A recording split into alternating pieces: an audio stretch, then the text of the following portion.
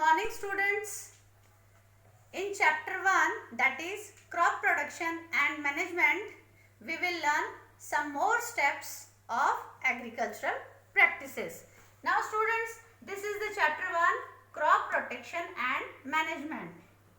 In yesterday's class we have discussed about the weeding and crop protection.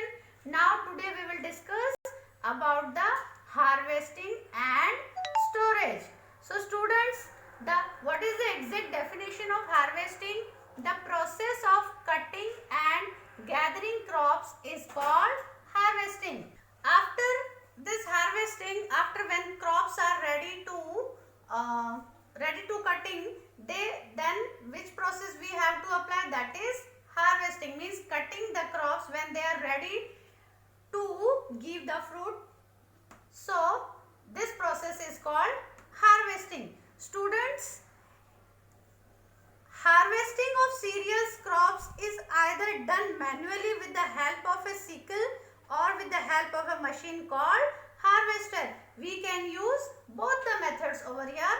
In harvesting we can use hand, with the help of hand we can do harvesting, or if we do not have too many persons or too many people for doing harvesting, we can use the machine called harvester.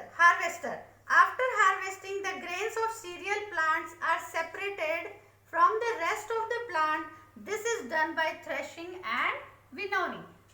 When we harvest all the crops, then threshing and winnowing process is applied to get the grains. Threshing is done either manually or with the help of machine called thresher. A machine called a combine harvester can be used for both harvesting and threshing. Winnowing, which involves the separation of the grains from chaff,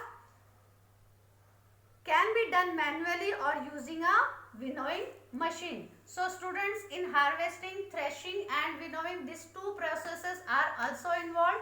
This can be done either by hand or this can be done either by hand. So students will move on the next step, that is storage. Storing of harvested grains is called storage. Harvested grain need to be stored before they are made available for consumption. To prevent their spoilage, it is necessary to ensure that both the grains and the storage area are free of moisture. The grains are dried in the sun to remove as much as moisture possible. They are then weighed and packed in gunny bags or bins. Bulk storage of grains is done in granaries and silos. So students, before storing the crops, some points we have to keep in mind.